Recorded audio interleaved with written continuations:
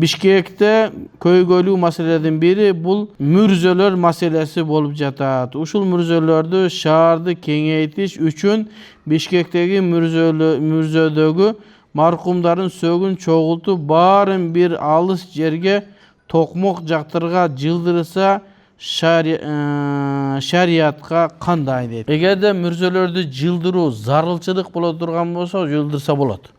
Кандай зарылчылык? Жолго келип калды.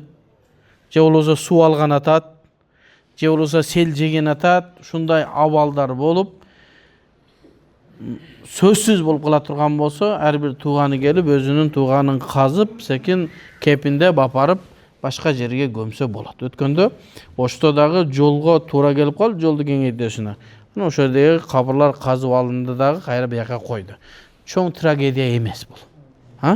Эгер зарылчылык болуп кала турган болсо, бирок зарылчылык жок боло турган болсо, жөн эле кабырды казып неме кылуунун кереги жок. Эми Бишкекте кеңейтүү үчүн болуп, чындап атайын бир госрегистр дейбизби, көз стройдон атайын неден жол түшөт мындай десе, ошол мезгилде гана казганга уруксат берилет, болбосо казбаган жакшы. Себеби өлүктөрдүн урматы тирүү мезгилинде кармай урматталынса, өлгөндөн кийин ошону урматталат. Эми казып анын ар жак бер жерине чогултуп, кээ бир адамдар казганда өзүнүн туугандарын туура жаман бир сүрөттө көрүп калса, жакшы эмес. Ошон үчүн өтө зарылчылык болсо гана анан казганга уруксат болот, болбосо казбаш керек.